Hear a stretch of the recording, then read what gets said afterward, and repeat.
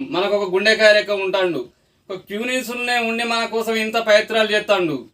అదే రాజకీయాలకు పోవడం వలన ఒక రాజకీయ లీడర్ని మనం ఎన్నుకోబడితే మన కోసం ఇంకా ఎక్కువ పనులు చేయగలుగుతాడు. అసంటి వ్యక్తిని మనం గెలిపియాలన్నా లేదా అనేది మీ మనస్ఫూర్తిగా మీరు ఆలోచించుకోండి.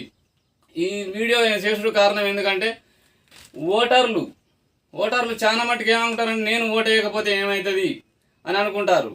మొన్న జరిగిన ఎలక్షన్లు దానిలో 65% మన తెలంగాణ జరిగినాయి. అంటే ఇంకా 45% ఓట్లు వల్లేదు. తినడం, ఇంట్లో ఉండడం, ఏసీ రూమ్లో ఉండడం సరిపోతుంది అందరికీ.